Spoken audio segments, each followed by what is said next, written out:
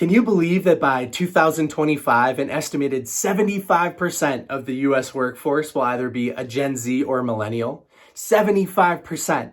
And that's shocking because the autocratic business style leaderships of yesterday haven't really caught up to today. They haven't evolved at the same rate as our workforce has. So they're not taking into account the activist mindset and the values that these Gen Zs and millennials take into account. And Book Thinkers family, I've read a lot of great business leadership books, but after reading this one, it quickly jumped to the top of my list. And so today I'll be talking about my biggest takeaways from Chase Greatness by author Rajeev Kapur. And the subtitle of this book reads, Enlightened Leadership for the Next Generation of Disruption. So back to the first point, 75% of the workforce in the next couple of years will be Gen Z or millennial. And the interesting thing is that Gen Zs and millennials, they have a different set of values. Rajeev calls it the activist mindset. And in the book, he defines the activist mindset as a group that champions participation, transparency, diversity, inclusion, and equality. And they want to know the companies that employ them are firmly committed to these values as well. Yet, many businesses are top down. The leadership decides what's going on. They tell the employees what to do. The employees have to do it. Well, that doesn't fly anymore because there's so many opportunities for Gen Zs and millennials to choose the companies that they work for based on these values. And so this book talks all about enlightened leadership. It's a practical toolbox for implementing more of an enlightened leadership into your business and management style.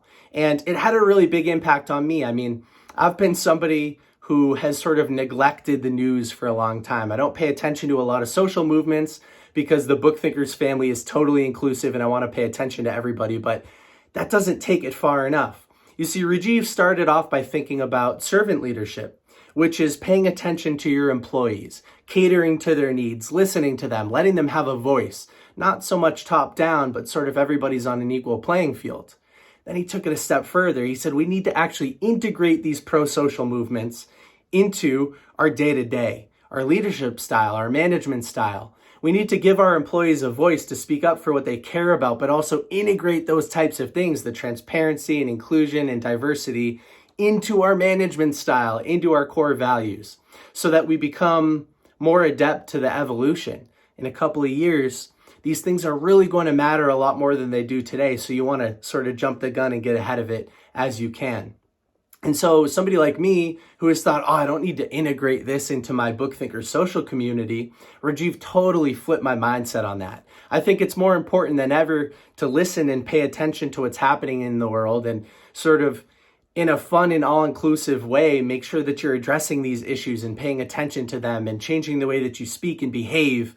Especially as employees are going remote and these things, people are on social media more than ever. It's incredibly important.